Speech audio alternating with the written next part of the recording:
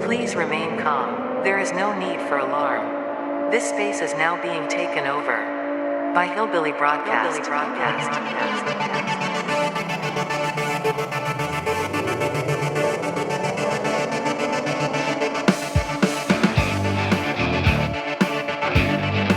Is this thing on, Kana? We are sponsored by Lager. Listen, what you cut the man off. Say it again, Kana. Get enough volume. You cannot. Oh boy. Listen, it's been a great day. Everything from hating on Scott Pyle, which has been done over at the Fraternal Order of Hillbilly Broadcasts. But tonight we have a returning guest. One we've been looking forward to, the one and only Sara Teter. Let's give it up for Sara Teter. How about that? Right there. Finally. Right there she is. Has she been on as much as LaDonna?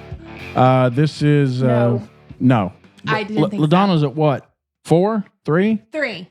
I want to say 3. Is it 3? Yeah. The insurpassable LaDonna. No. Yes, LaDonna. She has more wisdom than I. And Anderson, the producer, is running around here causing chaos. He's saying, cut. This is all bull. Yes. He's our fact checker extraordinaire. Here. All right. Those little curls. Yeah, them curls, man. Again, I'm going to give him a we're mullet ready. because I don't have the nerve to get it myself, but I can force it on my child. Oh, And that's the plan. it's okay. Morgan, what do I call it? Morgan squalling is what he's going because he squalls all the time. Mhm. All right.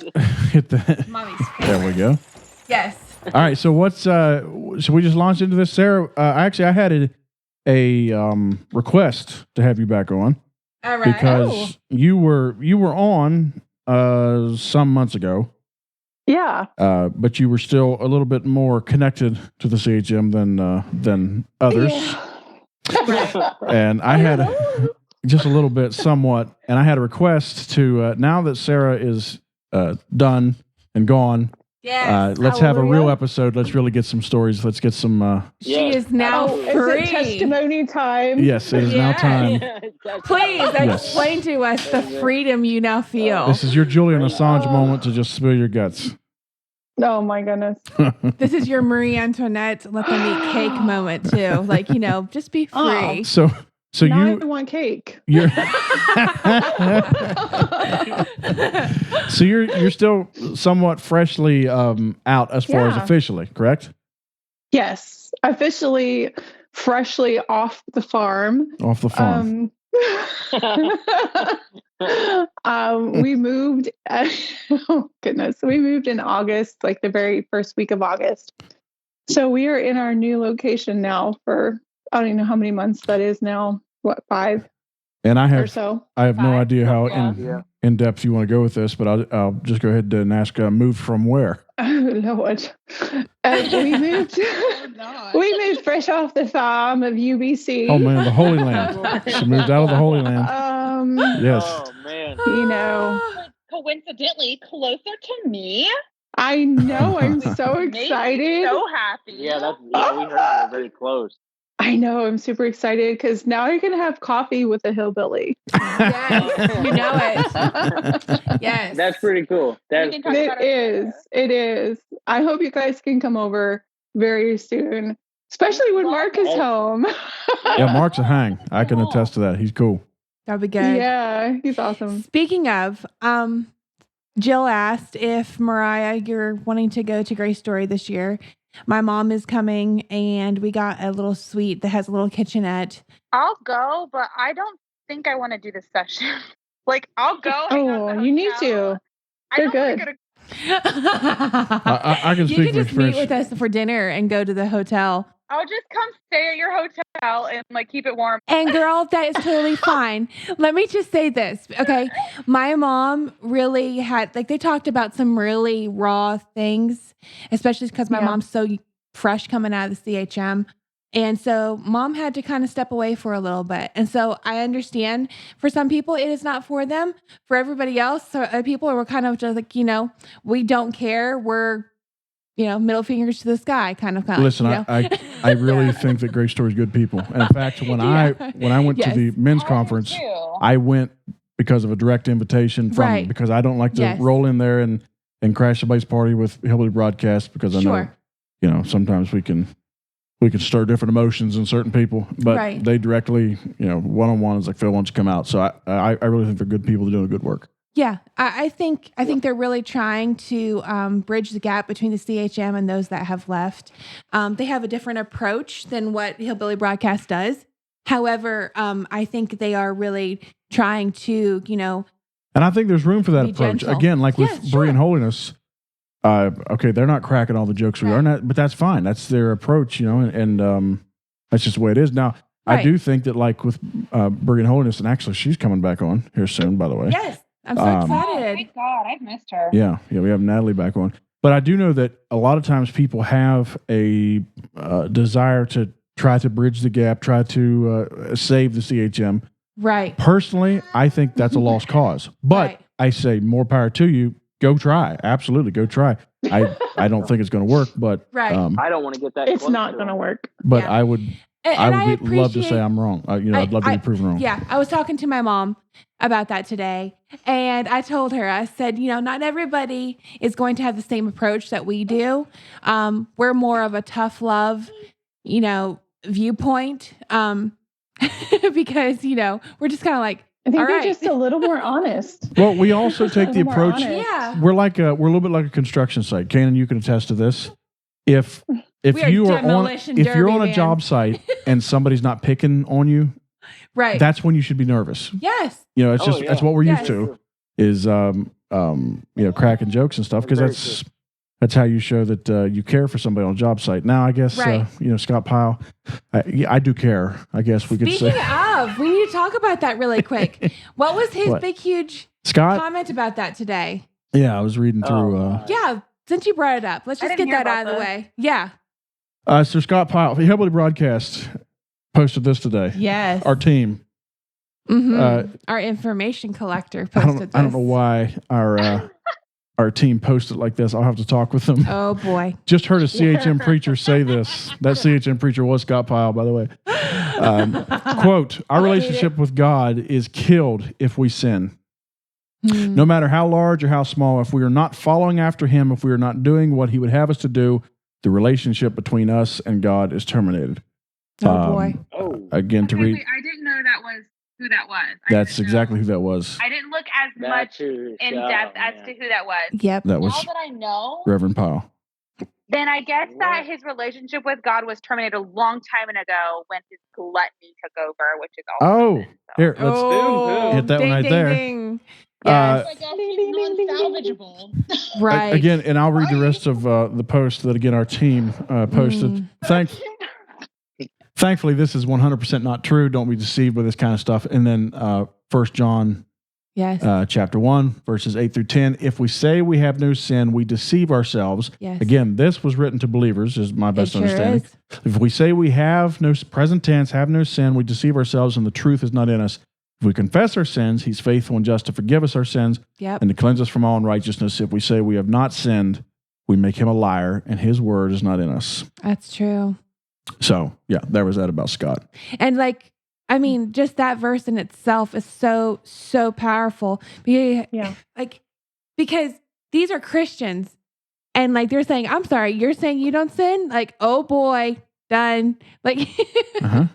We It says sin. it says present tense, Right. have no sin. You're deceiving Yes. yourself. Yep. Now, granted, there's a difference Yeah. in sin, I do believe. Now, if you can read 1 John and it's full, it explains this. Now, you have to take off your holiness glasses to understand it. Right. But it says and it took me a long time The to get to that point. glasses of perfection. That's Yes. exactly what it is. Yes. You have Those rose-colored glasses. Oh boy. Oh, that's a good song right there. You have so it says that if you walk in sin, you're not right. Yeah. But what is walking? That's committing Right. to. Right. Okay, that's commit. That's not. Mhm. It's not talking about the occasional misstep. And it if you commit sin or commit to sin, Right. is what I've been told is maybe even a better way of saying that.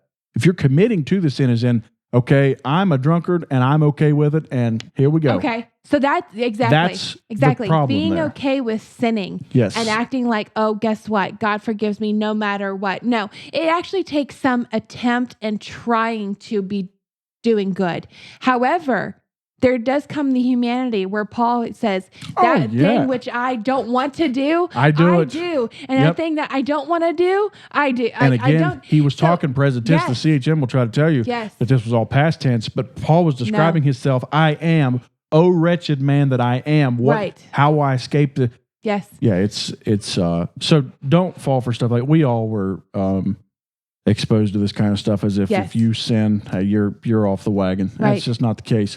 Now, if you make if you're happy to make your bed with sin, that's a different story. That's where you run into trouble. But Christians are going to sin, in my humble opinion. They're going to, because we're human. Right. Exactly. Yes. I was talking to my mom about that today, and because my mom stopped by and we were ranting to each other.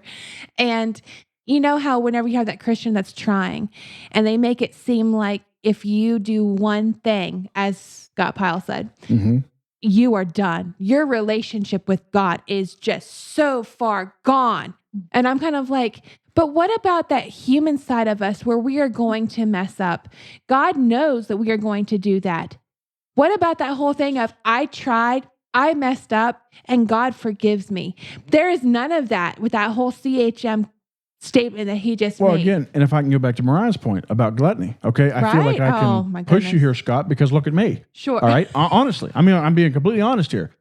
I sit here, there's been different times that I have committed gluttony. Oh, my gosh. But the CHM does not recognize that. It's like that's kind of like but you got preachers, and I don't claim to know how much Scott weighs, but I know of some that are over the 400-pound mark. Oh, and it's like, dude, okay, try 300 and tell me that's healthy. It's not. It's not, because even some of the most try where I'm men, at. It's not I'm healthy. Sure they hit 300. Now the thing is, if you're just happy with that, and I have to be careful that I don't become happy with that, because it's a sin. Gluttony is a sin. Overindulgence is a sin. It is, and I feel like that's probably. American Christianity, that's probably the sin that we all fall prey to the most because we're just the most accepted sin. Yes. That and gossiping. Gluttony is not gossiping is number one.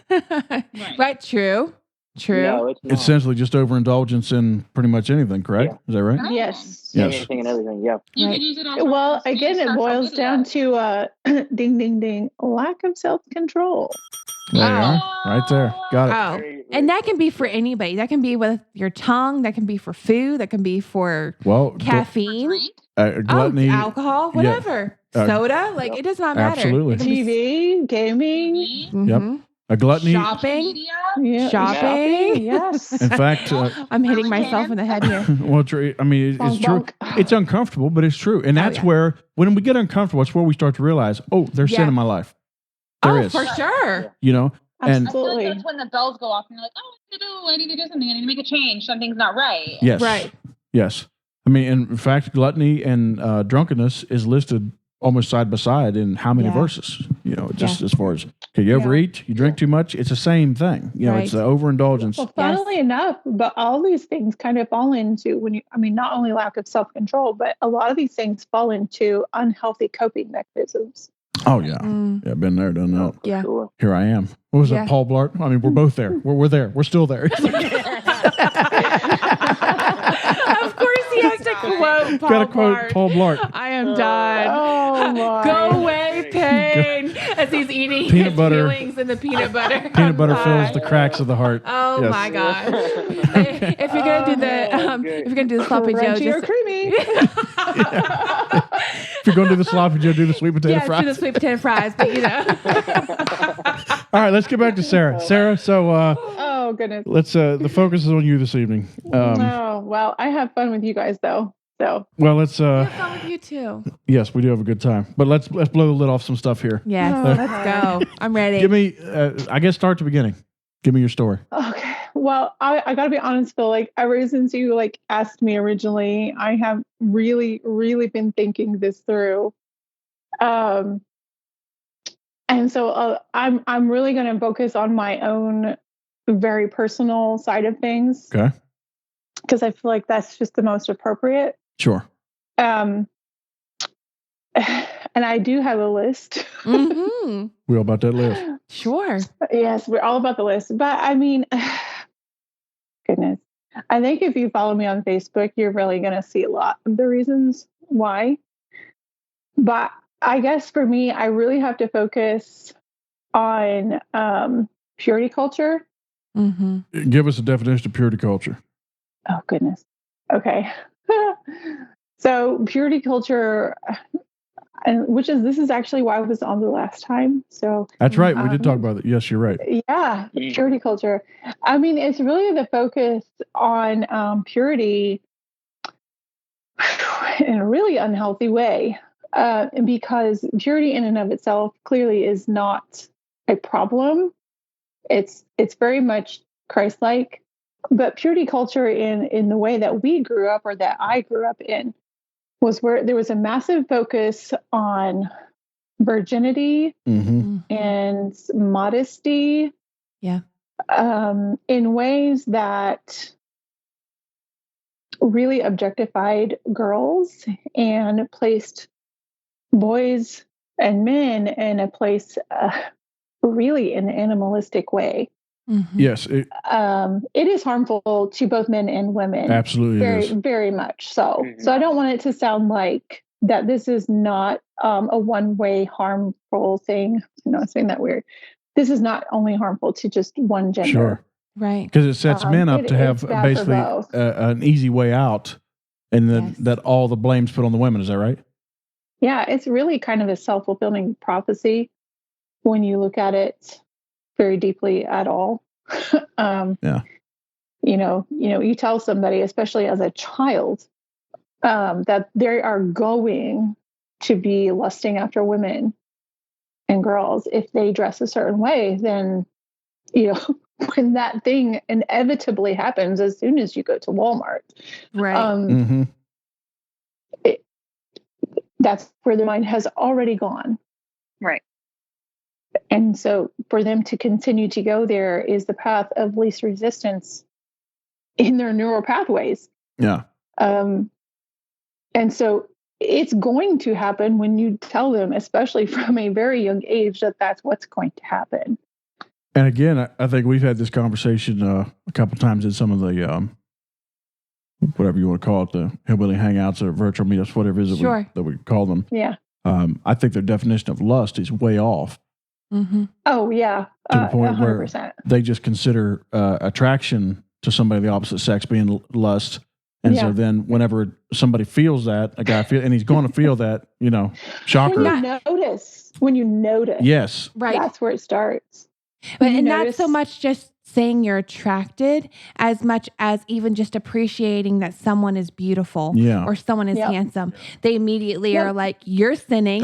You wish that person was yours. And I'm like, no, I really don't. Yep. I'm just admiring. That's like going out and admiring roses. Like, no, I just want to go have sex with roses. That's not what you're thinking at all. You're just appreciating just how beautiful they are or how handsome they are. Like, okay, wow, you're really handsome. Good point. Okay, it's natural for us to be attracted to different people and be like, wow, okay, you're really pretty. I've never wanted to have sex with roses, so that's a very good, good comparison. I'm just using it as an example. You're onto something. Yeah, Absolutely. like you're saying, oh my gosh, they're so pretty. Like, it's okay to say that. But the moment you start crossing over into the whole either, I wish that person was mine, or I wish that was the person I was having sex with, or I wish that I looked like them. We go back and forth between lust and jealousy, and there's those two things. Lust is very close to greed, in my opinion. Is that right? Yeah, it would be. Because you're wishing that person was yours. I want that. Yes. Well, that there, I want. Coveting. Yes.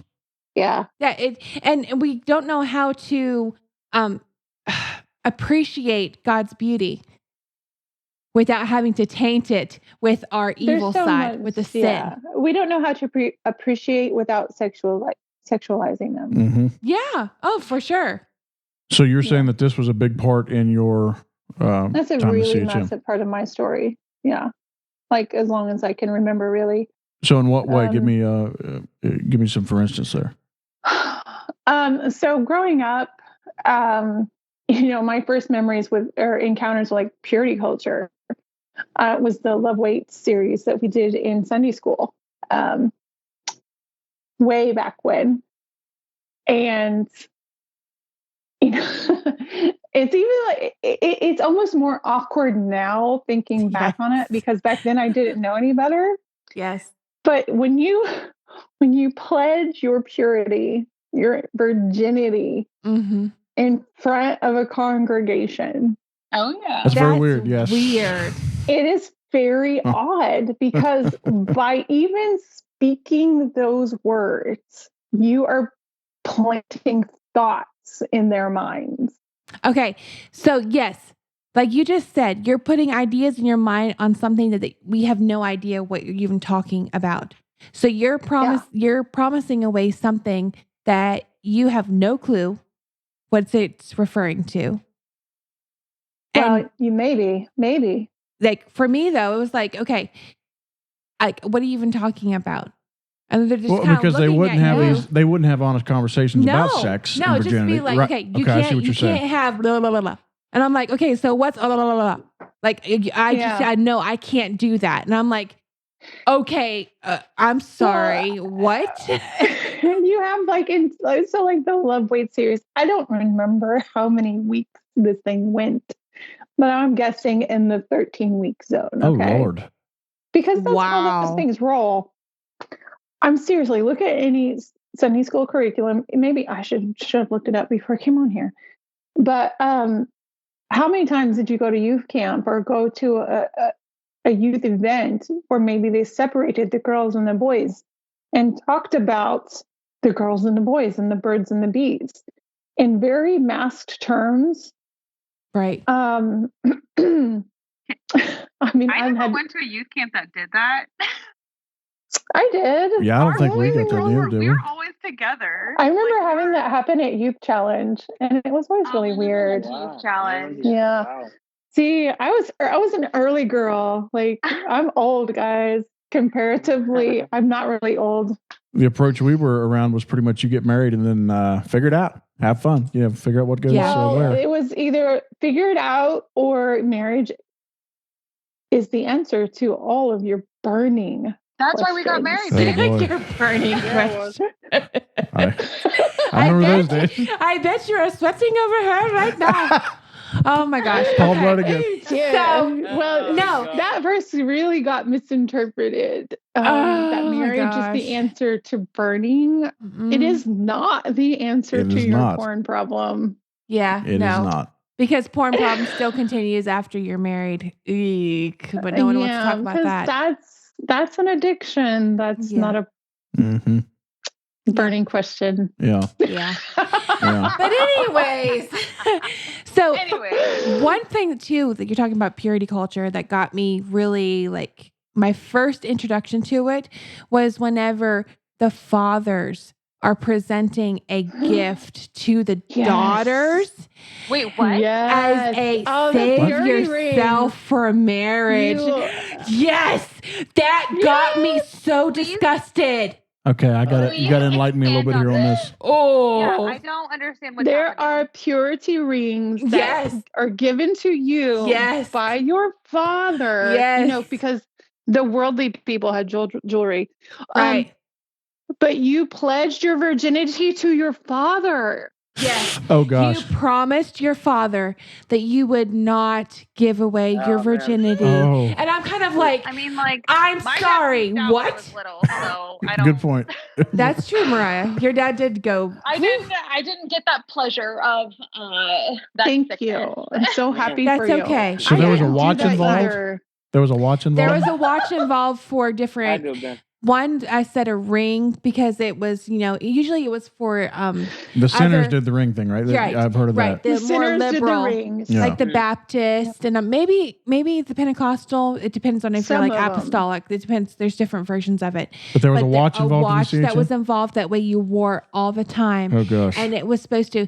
And then you would hear stories about these girls that were like falling in love with different one, like this guy, and she would take it off because it was reminding her too much of the promise she made to her father. And I'm kind of like, this is disgusting. You are bringing your dad into your like a sexual conversation. And I'm kind of like, my dad and sex never ended up in the same conversation. Just so we're clear. Oh. Yeah. Yeah. That whole thing. I mean, even a short study on that will make you disturbed. Yes. I'm disturbed right now. I'm not going to lie. This is very weird. Yes. Well, It's uncomfortable. Here's the thing, though. So purity culture in and of itself, like I said, I'm standing in front of a whole church. Oh. Pledging this and signing a paper. Oh. I didn't pledge it to my father. It was to the church. They did do that at camp. And no, this was at our church. Yeah. Sent to a camp. And so, this was a big deal. Like, and I was extremely committed to this. Sure. I mean, because purity, hello. Yeah, I'm a Christian. You're extreme. You don't want to be Jezebel. You don't want to be. I don't want to be Jezebel. I mean, I can say that for myself. I had very honorable intentions. I was I was actually quite pure in my intentions. And, I'm trying to remember how old I was. I think I might have been 14. Right. Or so. And so by this point, for me, I'm also mistaken for a woman because I was the same height that I am now. And I often mistaken as much older. I see. So that impacted me a lot. Sure. Whether a lot of it was unintentional. Because essentially you're a kid, but but they see me as you're advanced in development. They see you as an adult. Yeah. It's going to cause problems. So I mean that has always worked against me. Oh my goodness. You just brought back flashbacks that I have. I'm so sorry. Yeah, I'm sorry. It's I know, and you're tall too. I don't know how when you stopped growing, but I was 14, and so what you were talking about before that purity is very Christ-like. So absolutely, it's a good thing to. Yeah, it's good to save yourself from marriage. But what I got from purity culture, and I remember even hearing Elvis Presley's stepbrother, or Rick something or other. I think he's dead now, but I think he was a Southern Baptist preacher. And I had heard him talking about essentially, now I know to call it purity culture. Right. And he would talk about these girls that had not saved themselves from marriage. And the way he would depict them is, I think the words he used was passed around like a pack of cigarettes. Oh my goodness. And it's like, okay, it's good to save yourself from marriage. But if you don't, we're not talking about the end of the world here. Yeah. But that's the picture. Yeah. Is that the picture that was painted? Yes. Oh, absolutely. I mean, I don't know if you realize how many analogies were made to virginity as far as like a crumpled up rose, a chewed up piece of gum. It became everything. Oh my goodness. I mean, it was everything you didn't want to have anything to do with. Yeah. And, I mean, it was tainted in every level. I'll go as far as even saying that you were trash, like a prostitute on the street. Sure. Oh, they completely depicted it as trash. And oftentimes, I don't know of a time that I didn't hear it put in a way that where there was not fault on you. Mm-hmm. Yes. Mm-hmm. Yes. Like what was she wearing? You did something to deserve that. Yep. You were asking for it. Which goes back to the whole boys will be boys argument.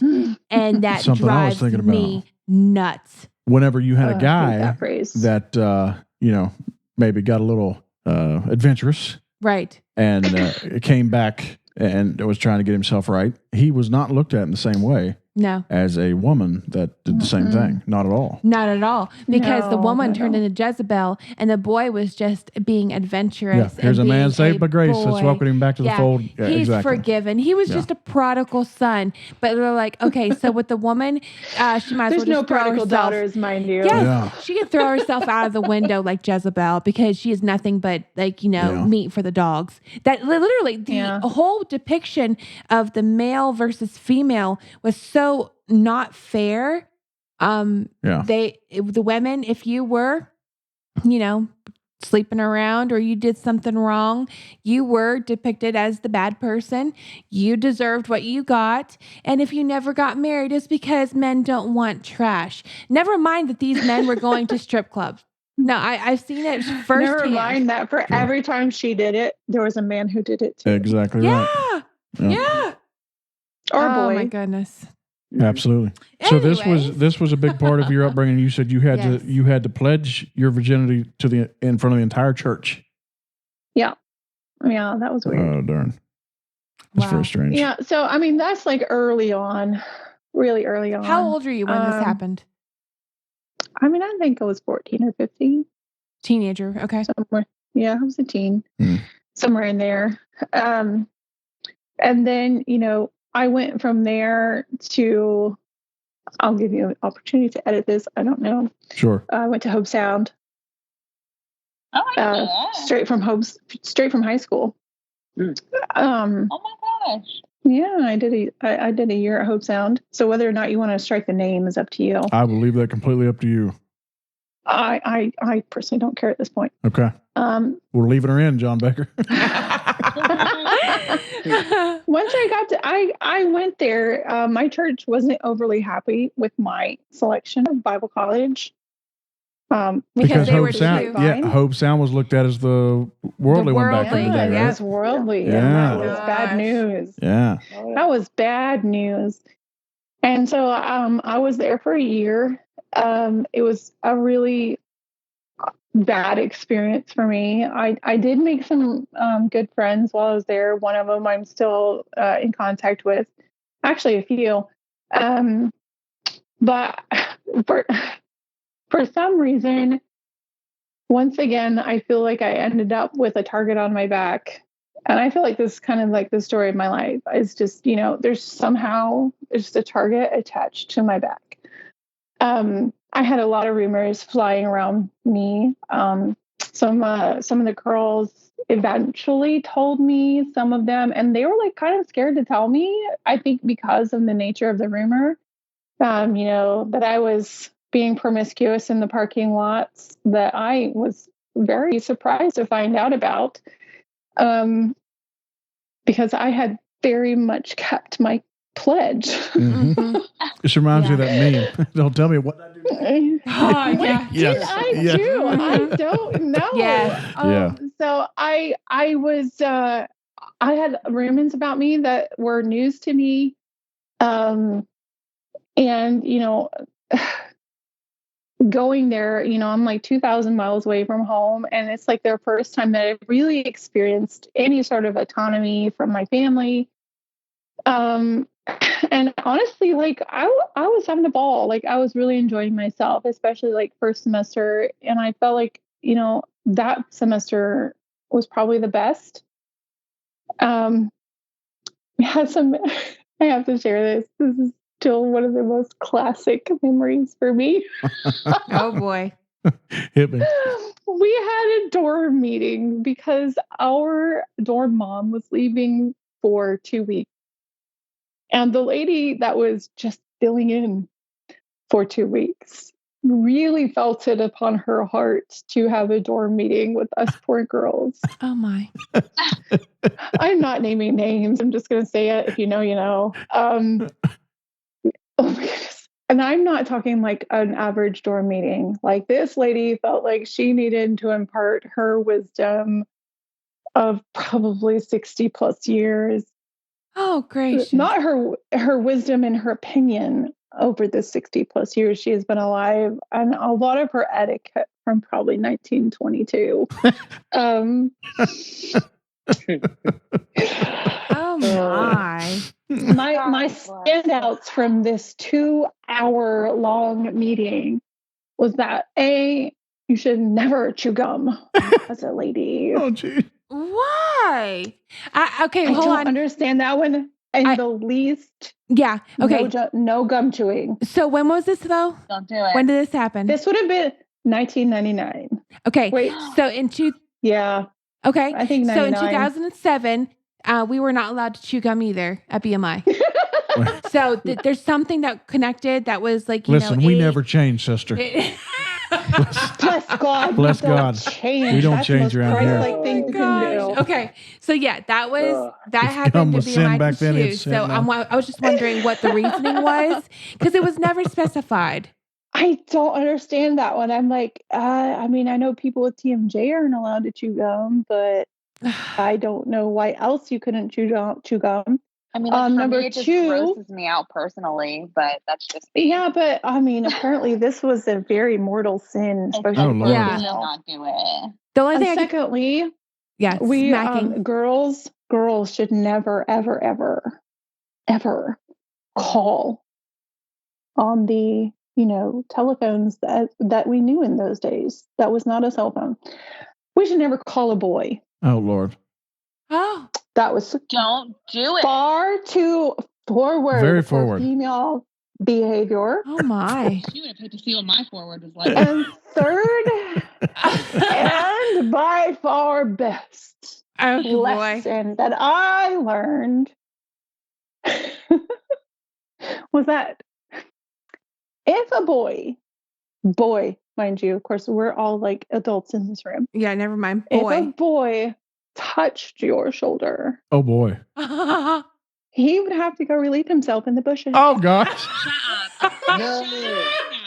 No way. That is the amount Oh my of gosh. self-control that he had over himself around a young, chaste, Oh my committed gosh. young What did they have lady. going on in the bushes at Never Hobe Sound is what I Never want mind. to Okay, whoa. We're talking about shoulder here. Was not elbow that looked like a This boob. isn't This is straight up shoulder. This is shoulder. Oh god. shoulder. What? Like Oh. I am still confused to this day. Oh my I gosh. want to know why. I want to know why the I shoulder. really Oh. don't Not like her understand boob. this. Now, I like, don't if you understand touch your this. boob, then yeah, like I feel at maybe, this point but the Amish shoulder? are laughing. Not even her is- ankle, Oh, yeah. or not even like her wrist or her hand that does awful things. We're talking about straight up shoulder that does Shoulder. nothing to your body sexually. Well, Nothing. apparently you're wrong. Comical Apparently, thing. Apparently you're wrong. The most interesting thing to me was the fact that she also told us that she'd only ever dated and married her husband. So she Mm. knows so much Yes. about So I'm like, Massive where life are you experience. getting this information? Well, made them she up. would know because She made she's them up. so pure, I and feel that's like- exactly what is I going feel like she on. read E.E. Shellhammer's book or something over here, which I Oh have. my gosh. Yeah. Her husband was off in the bushes. Evidently her husband was You're off like- in the bushes. Yes, Oh that's my true, gosh. Kanan. He come That's back- so I mean, true. I seriously, you have to wonder. I mean, and this was like a respected lady of the community. This is some of the dumbest stuff I've ever oh heard. my gosh. This is ridiculous. It really is. And like, I mean, all of us girls afterwards were just like flabbergasted. And we're just like, are you serious? And Did it at all make you feel like, oh my gosh, like I am so hot that men cannot take touching me? I think the thing that struck us the most, honestly, was the fact that we knew, because she had told us that her husband was her only experience. And he was one of our teachers. Oh. Yeah. And I had No. very quickly, No. without this knowledge, before this meeting, decided that his class was not for me. Yes. Yeah, good call. Good Never call. mind, he cannot touch your shoulder. Yeah. 'cause, I mean, Sorry, he's a little late for class. He's in the bushes. We're going to have to postpone for 5 minutes. yeah, That's awful. It was really. I mean, I know it sounds really hilarious, but it's really not. At the time, Because it's impression that on you is guys. the community. Yes. And that's, I mean, like, that's a leader in your community. And, being at that location, clearly, people in the comment section of certain Facebook groups really might agree with that. Yeah. And what makes me sad though, too? It was like she thought it was okay to make this statement. I'm sorry. That is not okay to be made. As a mother and as a parent, No. that was not appropriate to be made. That was not appropriate. Once again, this is a problem that I have really had. And this is kind of a sidetrack. I know we're in a massive rabbit trail right now. Welcome to our lives. That's how the conversations go. But, this was a lady who was coming in to fill in for 2 weeks. Oh, Who my. really, and I mean, she really believed that it was necessary that she communicated what she did. Mm. I have been a dorm dean for a year and a half, which was a really interesting and informative time. Right. It was difficult because I felt such a betrayal of myself and my own beliefs Mm-hmm. in order to do that job. I'm sure. Even within that role, I cannot even imagine giving someone to fill in for me, giving them that amount of platform time, basically, Yeah. that Power. amount of Sure. power and the ability to influence the girls in that dorm, Yeah. knowing what they struggle with, Mm-hmm. where they're coming from. I mean, and even at that time in my life, being woefully uninformed Mm-hmm. about the trauma in these girls' lives.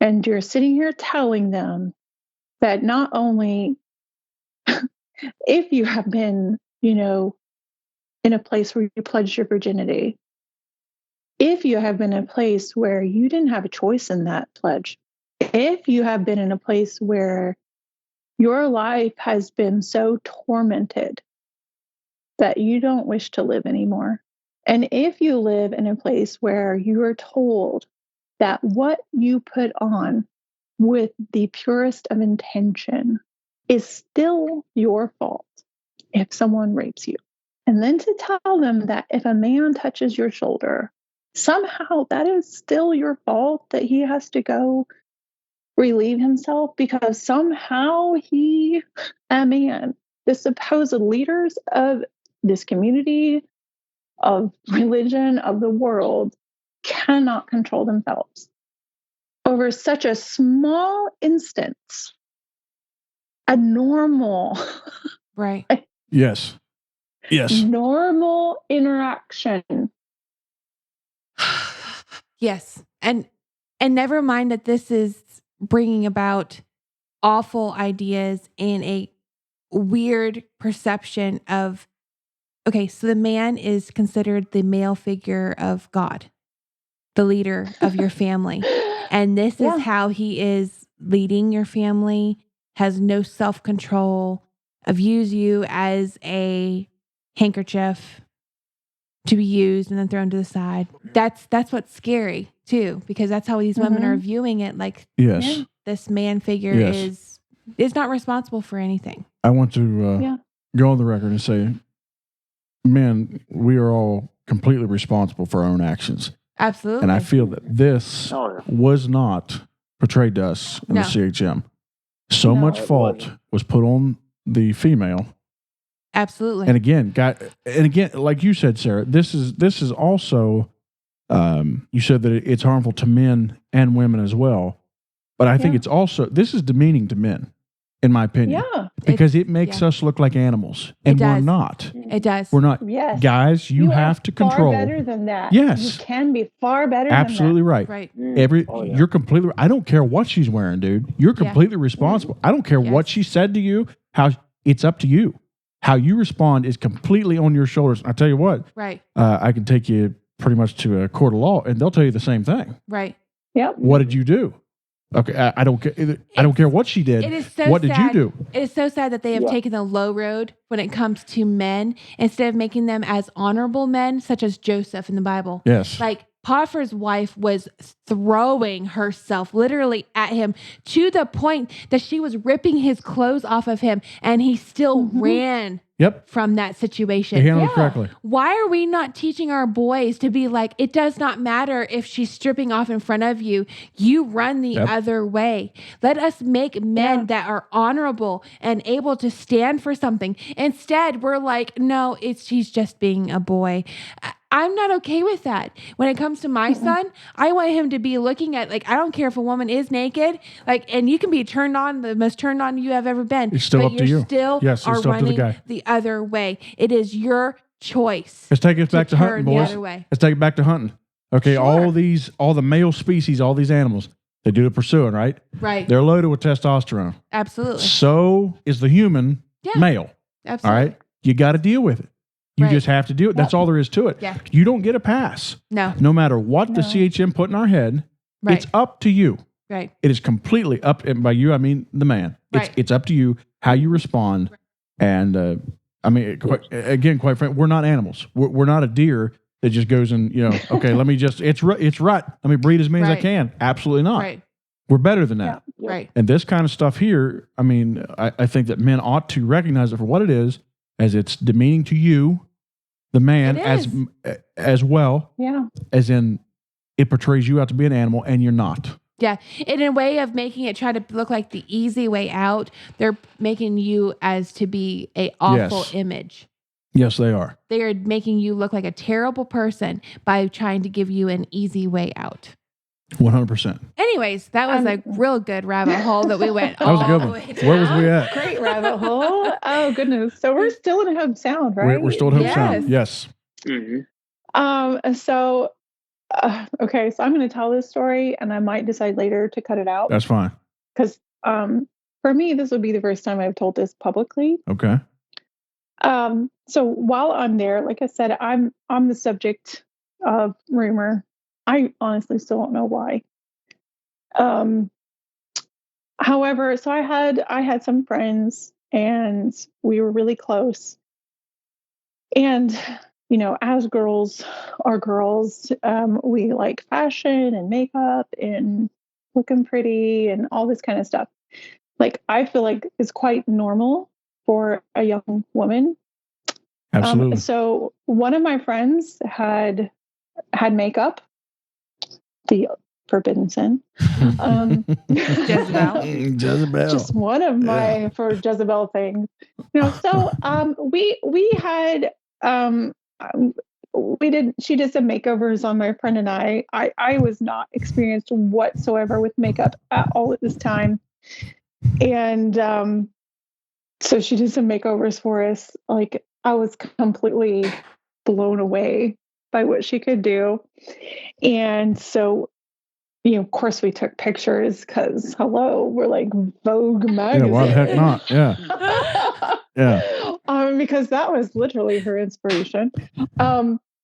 So anyway, so we were doing like makeovers and stuff in our rooms at night. Like, we were not obviously wearing makeup in public whatsoever. We were, following the rules. I would to this day say I was following the rules. I did not wear makeup outside of my room whatsoever. And like, this was my complete first experience with makeup. Mm-hmm. Yeah.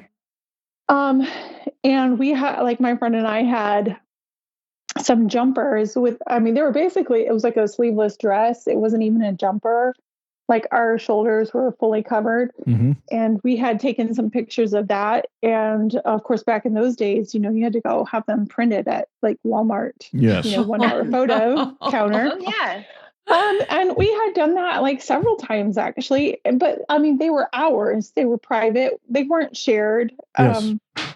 And so what you're telling me is nobody's business is what Yeah. like, Yes. it was all very private.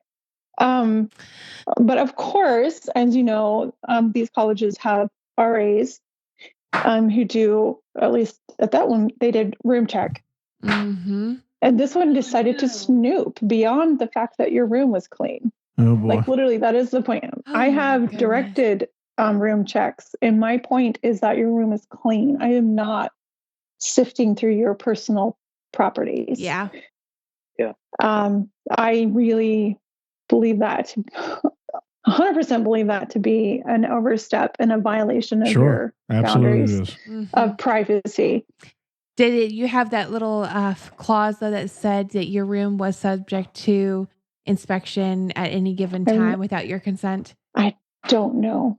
I have really the don't handbook know. somewhere. I should have had this pulled up for Hobe Sound, but I didn't. Like I said, this was in 99. Good point. Yeah. True. I don't know Good what the year point. is I Yeah. have. I know we had that don't at BMI. know if that's available. Yeah. We didn't even have it might have been. Mm-hmm. It honestly still seems fishy to me. I mean, no matter whether it was in their handbook or not, that's not okay. Right. to just rifle through private belongings that Not are at all. clearly private. Not at all. Oh, but never mind. You are given to them to be protected. And then as a parent, you're allowed to do that. So therefore they take it upon themselves to be able to have the freedom for that. I've been there, I understand. Well, yep, 100%. So she found these photos of me and my friends, and I would show it to you if I had it to you, because I am not embarrassed of this photo whatsoever. There's nothing wrong with it. It's a regular photo in makeup that is really tame, in my opinion, and in a sleeveless, like probably calf length dress. Mm-hmm. Yeah. And we had taken a picture, and of course we were like really feeling it. So we kind of gave a little bit of a sexy look, I guess, if you want to call it that, if we could even define sexy at this point. Yeah. And this was found and perceived as problematic. Oh my God. Potentially problematic, even Potential. at that. Okay. Not even really problematic. It was just Just what's your potentially. intention? Potential. Yeah, exactly. Oh my gosh. And so these photos got passed through the entire disciplinary staff. Oh boy. Oh my goodness. Like, that's not a problem in and of itself. If it's a problem, then you put it aside. Exactly. Why are we sharing it like it's porn? Yeah, we got something here that's an issue. Let's pass it around, boys. How about that? That seems to be good logic. That reminds me of all these people that are like, oh, you need to read that sexy message that you sent me the other day. That was a problem. Yeah. If you read that, I need to know. I need to hear your voice as you're reading this. Like, that's disgusting. What the heck is going on? Yeah. Yeah. I mean, that's exactly how I felt. I remember sitting at the office, and he had the photos on his desk, gosh. and I knew how they were viewing it. Yeah. I mean, it was very obvious how they were looking at it. Like, you felt like you were on a porn magazine. Very much so. Yes, I understand that. And so it was extremely humiliating. And this was like at the end of the semester. So we come back, and down there you go into J term and Seabreeze camp. And so I'm doing J term, and I don't remember, Seabreeze camp happened. And so, of course, emotion is flying high because everyone's coming off the holidays. You're exhausted. You're doing really intense courses, because J-term is basically where you do an entire course in a month rather than over an entire semester. And so you're doing all that. And the last night of camp, I went to the altar because I felt really convicted, who knows over what. And I really felt like I had repented of whatever it was. This grievous sin of taking a picture in private. Hashtag peer. Yes. Yeah. It was straight up peer pressure, though. I remember earlier in the first semester, finding out about the rumors and just being really trying to be positive and just be like, you know what, I'm just going to prove them wrong by just being who I really am. Sure. Because I am not this bad person that they're making me out to be. Right. And I know that I'm not that person. I never have been. I've been accused of it before this. And again, they were very messed up situations. But I knew in my heart that this is not who I am. It's never who I have tried to be. Mm-hmm. Right. And I'm I just remember, I'm really going to do my best to rise above this. And I get to the end of camp, and I get informed that I have a meeting with on Monday, which is the day after the last day of camp. So I'm extremely nervous about this meeting. And I remember the walk to the admin building, which is kind of far away from the girls' dorm. And being directed to go up the steps in the back of the admin building, and then following all the way around to basically the front of the admin building, where the door was. And, stepping into that room where he is and closing the door, and it's just me and him, which honestly feels wrong. And again, you would have been how old at this time? Yes. At this time, I was 18. Actually, 18. I think it was 18 or 19. And he proceeded to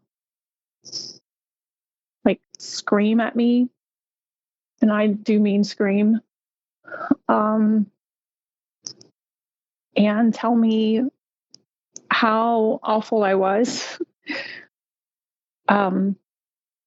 He brought up a very specific shirt that I had worn. I honestly don't remember a lot of what he said. I just remember the screaming, him bringing up that shirt, and very specifically telling me that no man would ever want me for anything besides sex. Lord.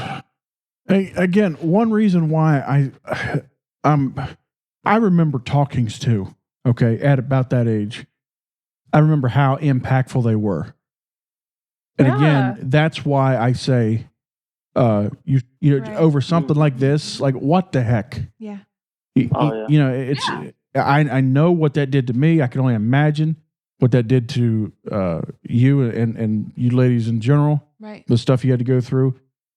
That's flat out outrageous and ridiculous. I mean, he ought to be ashamed of himself. Well, looking back at things, I look back at, and this is not about me, Sarah, but the same thing happened to me when I was at BMI. I got called in privately. Private. This is extremely common. Yes. Yep. The targeting of women. Yep. And we were brought in privately to have solo intervention conversations with men of power. And they want you to, grovel and cry for forgiveness and all this stuff. And when you don't do that, they just kind of look at you and be like, guess what? Well, you're a reprobate mind. There's no hope for you. And I've been there.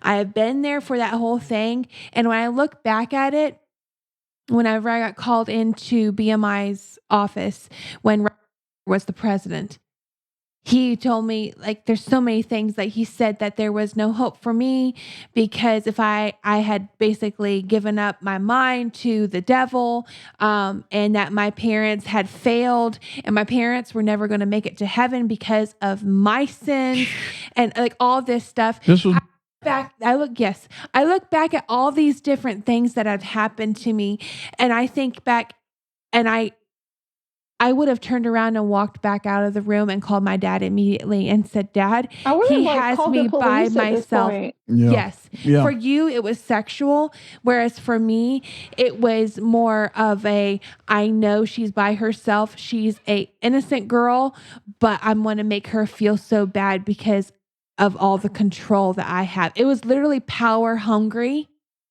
And I wish I could have had it done over again. I wish I was as strong as I am right now because I would have left the room and been like, Dad, I am by myself with this man and I don't feel comfortable.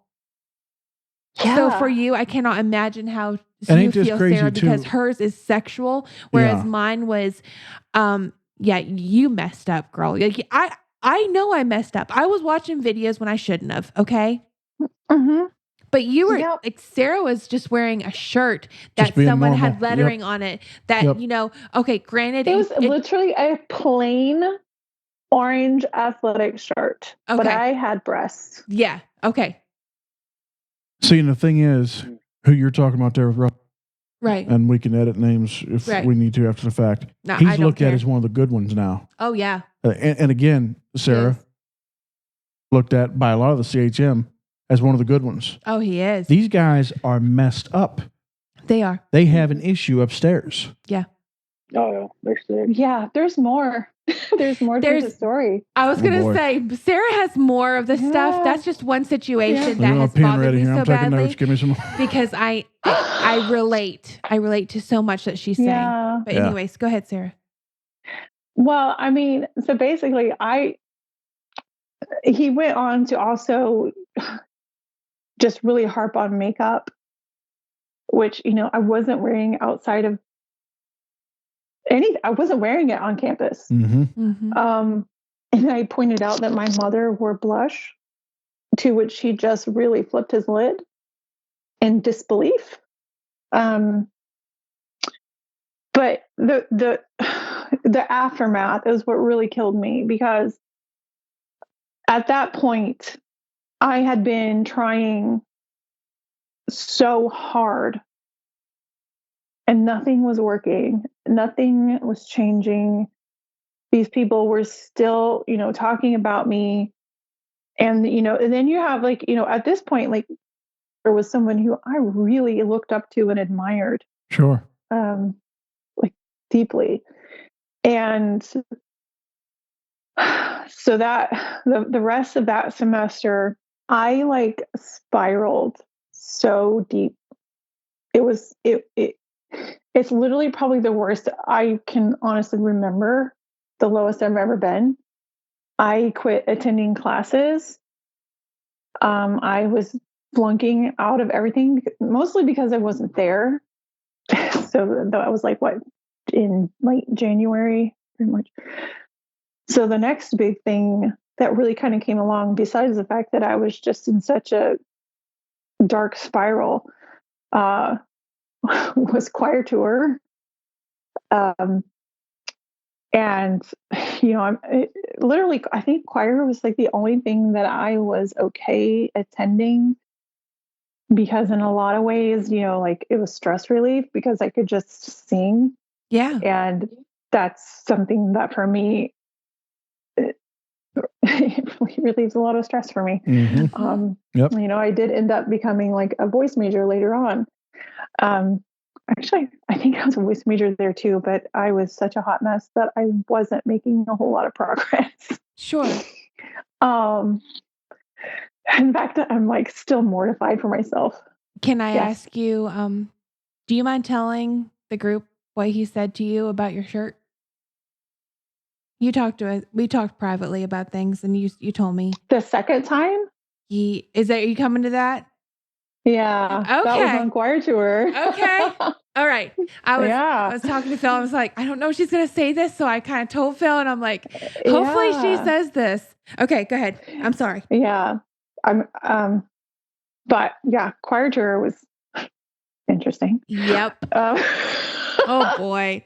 This stuff blows my mind. The things that they're so comfortable saying to us as young girls, so vulnerable. Yeah. And I'm still even though I was Phil's uncomfortable. He's standing up. No, I'm sorry. You can tell Phil's not uncomfortable. It's getting worked up here. No, he's getting upset. Had to pull my Pat McAfee. Yeah. Had to stand up for a minute. I'm sorry, babe. That stuff's bullshit. It is. It really is.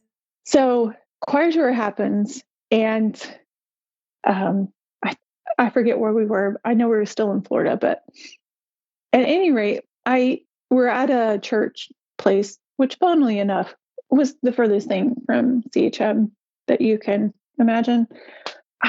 We're have to get there really early to practice and set up and all this stuff. And so I'm in pre-approved, I know I'm okay clothes, right? They are loose. Right. Were yours 3 times too big? Because I know at BMI, ours were I could wear a size 4 shirt. It might have been a little snugged and showed that I had somewhat of a boob when I was 120 pounds. My goodness. But yeah, so I would wear that, and I was very wearing a size 12. So mine were 3 to 4 times too big. Oh, good. No, it wasn't that bad. It wasn't that bad. These were bad. They were technically, our outfits at the time were lavender. Oh my. Yes. No, but we didn't even have our choir outfits on. And honestly, the shirt that I had on was looser than my choir outfit.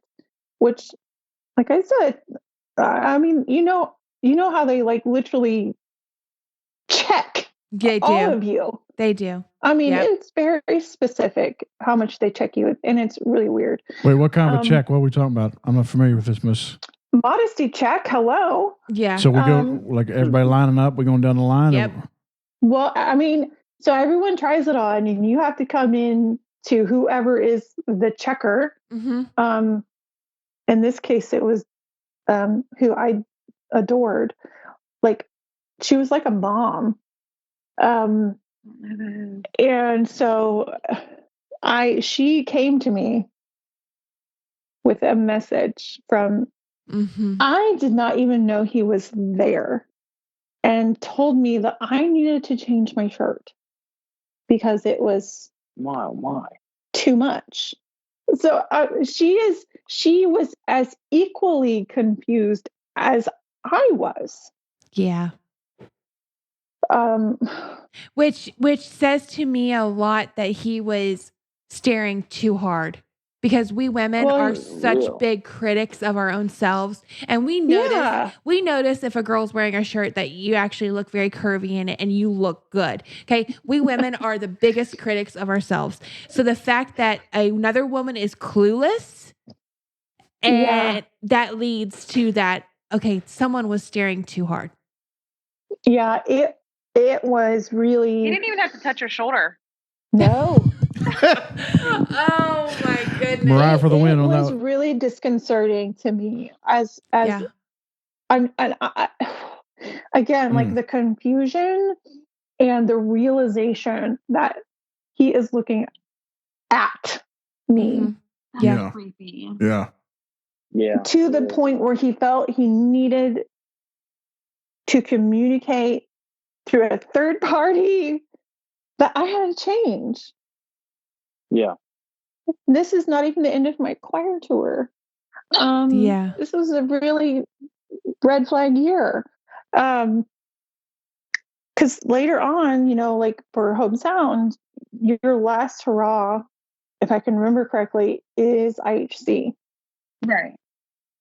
Or very close to it. Because by the time you hit IHC, I mean, you're coming from South Florida and you've traveled like a gazillion miles. Yeah. And you're exhausted. Yeah. Mm-hmm. So, yeah, we ended up IHC. And, all the while this is happening, someone that I was interested in very much is literally like waiting for me at the doors and whisked me off and date raped me in his parents' hotel room. What? Yes. That was not on my radar. I did not give consent. And the next thing I know, like this is all happening. And I mean, I'm so completely not there. Mm-hmm. Like I'm not able to actually be in my body. And the next thing I know, I'm like standing on the platform, singing and thinking that I just had sex. And nobody knows. But at this point, that's all anybody wants me for anyway. Because that's what you were told. I was so tired. So tired of fighting it. And then, once someone takes it from you, I mean, at that point, you're just a chewed up piece of gum, right? So who cares after that? So the rest of my year there was pretty much a hot mess. I go from there and I ended up going home, and I went to a Penn View service, funnily enough, at my former church. And I actually heard like God speak to me like audibly to go to GBS. And like, I mean, I still absolutely 100% believe that's what it was. And that's where I needed to be at the time. And that's where I went. And, everything financially worked out, and I got into quartets, and people were very kind to me while I was there. But I was just like, I couldn't have gone anywhere else, I think, at that point, that I wouldn't have questioned other things. And so in a way, like, being in quartet really did, in some ways, it really boosted my confidence in myself. Mm-hmm. But at the same time, I felt like I was on an island.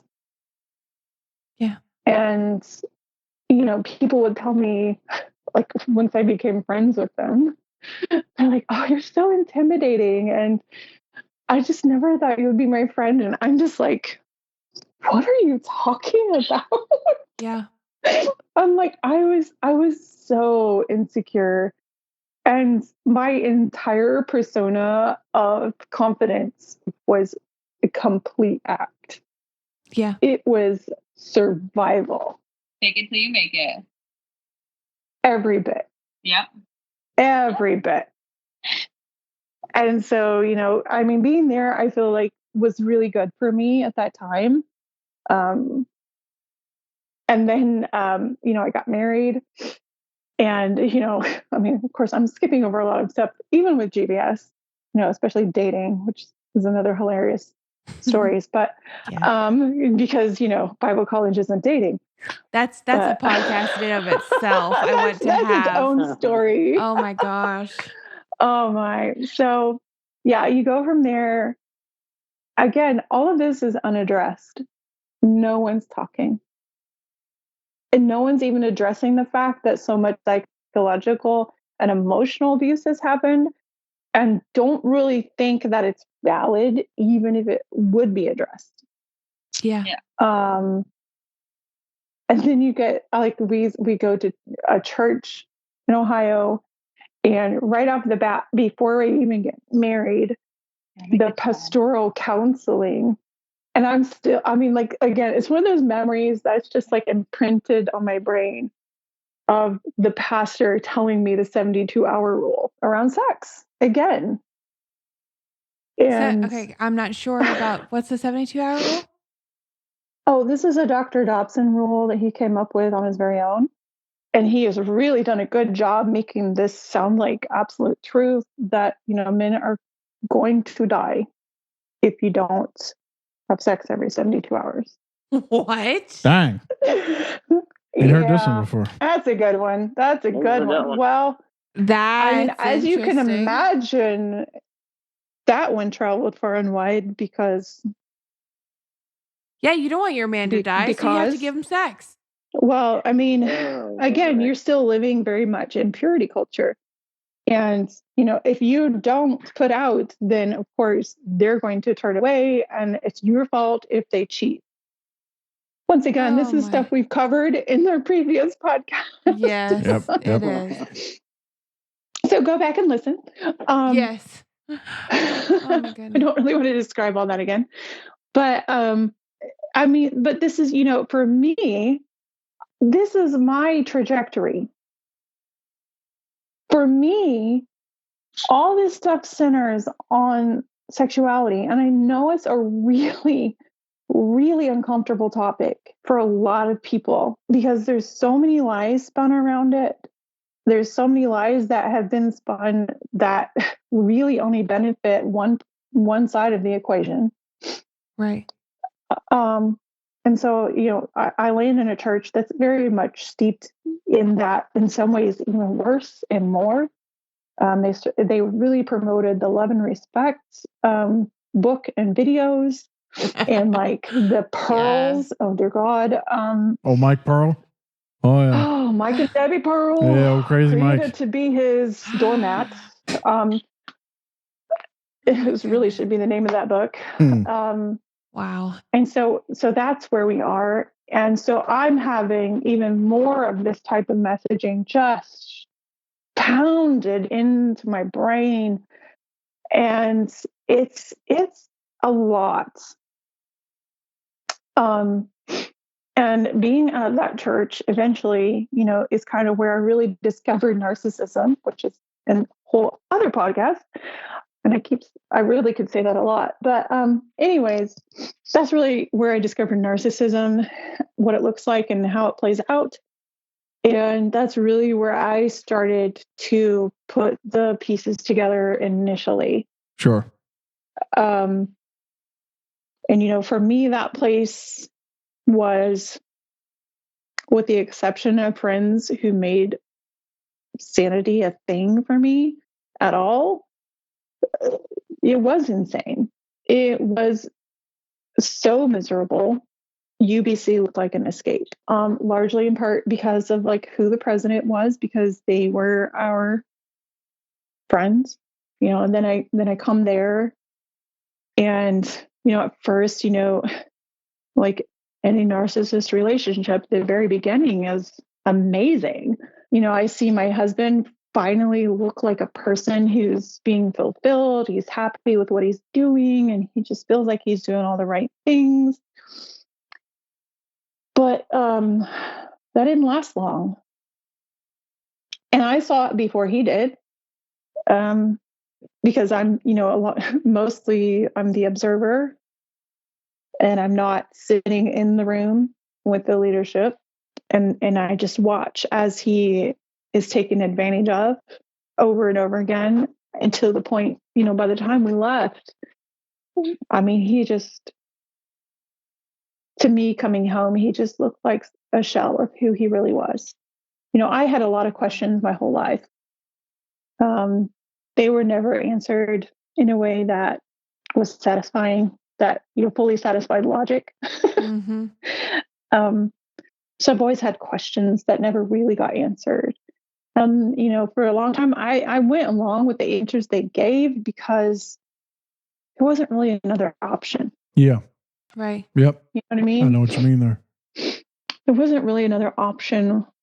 And, even like when my husband and I got married, we both agreed that we would be okay with a wedding ring, but we did not want to rock the boat. Mm-hmm. Sure. We wouldn't be able to minister in places that we normally would have, even though we never really did that anyways.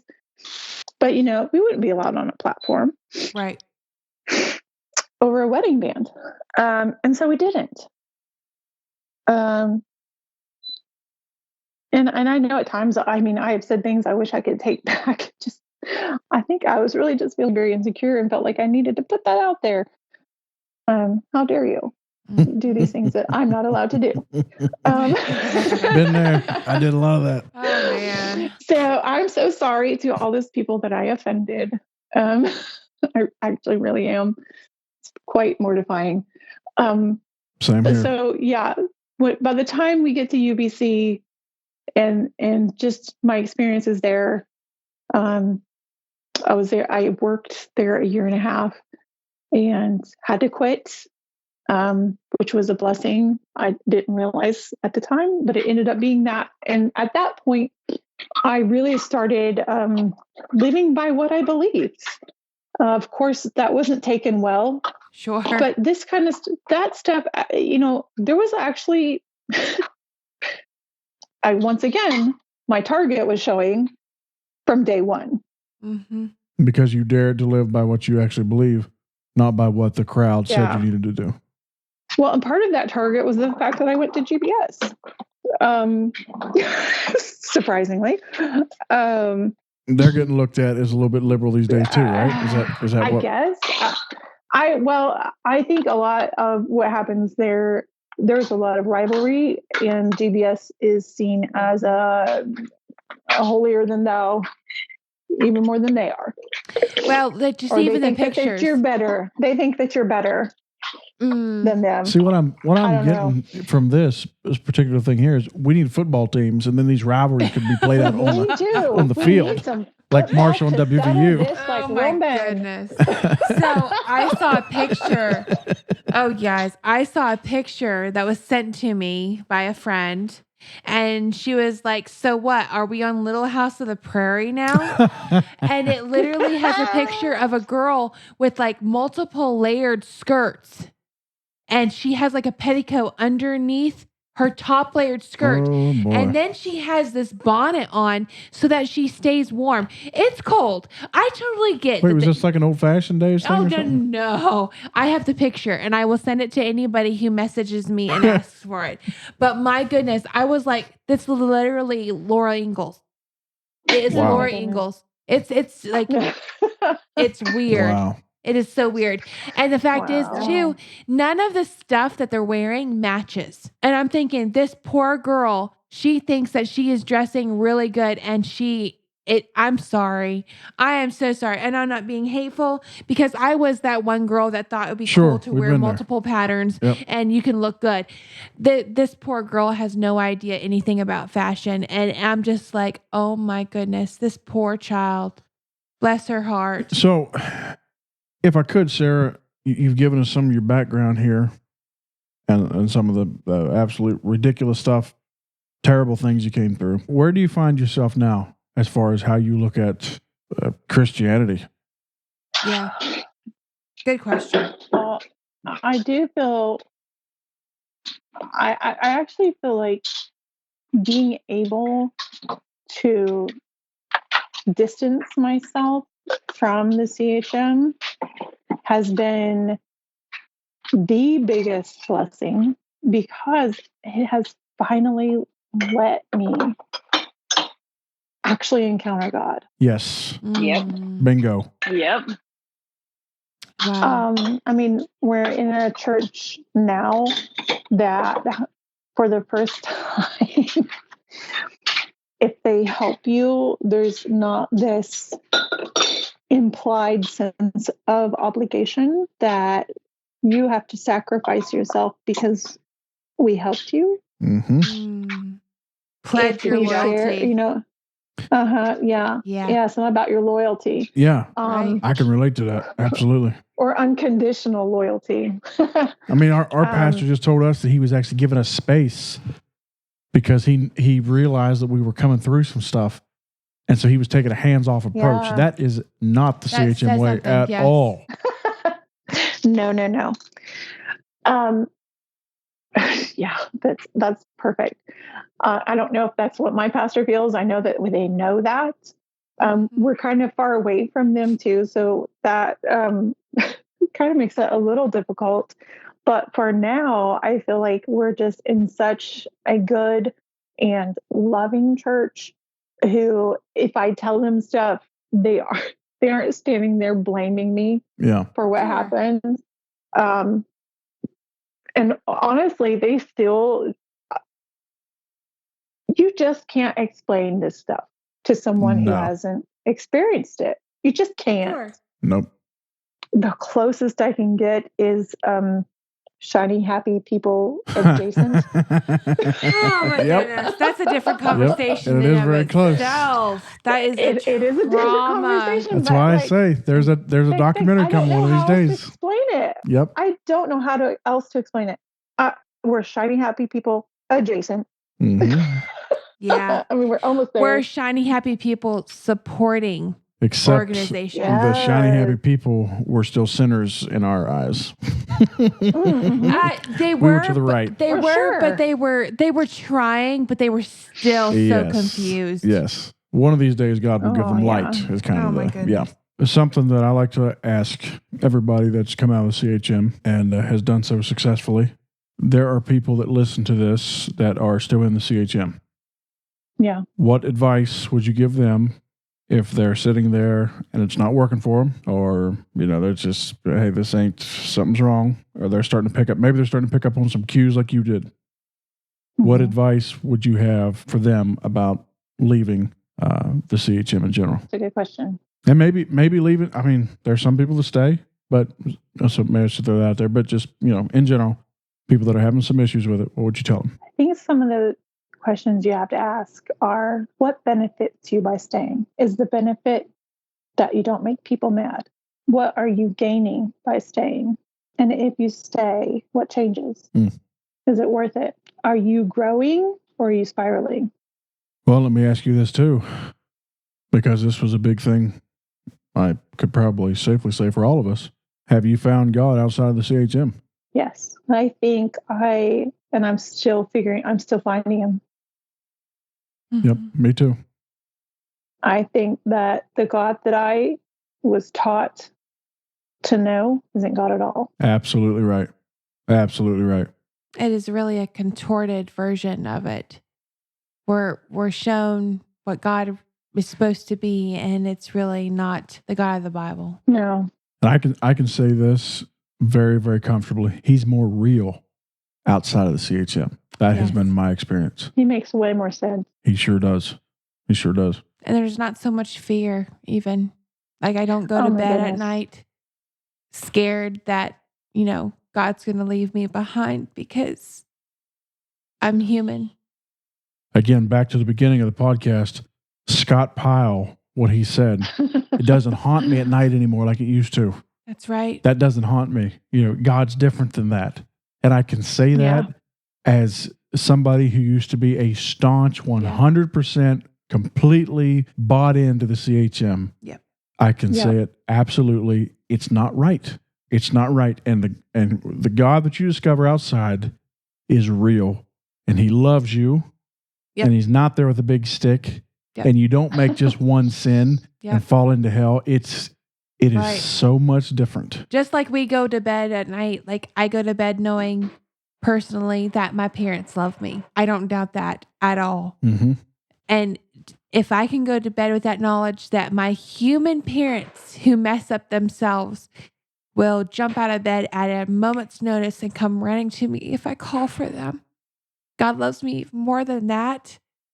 That was not the God that was portrayed to me. And I have tested that. Miss, I've tested that since I left the CHM. There's been some times that I'm like, and you know what? The message I still get whenever, at the end of the day, Phil, you screwed up, but God still loves you. He's still there. You're still on what's that? What Scott said, your relationship is severed? Nope. Not at all. Nope. Not at all. I'm still right here, Phil. Let's get back on track. Let's keep doing this thing.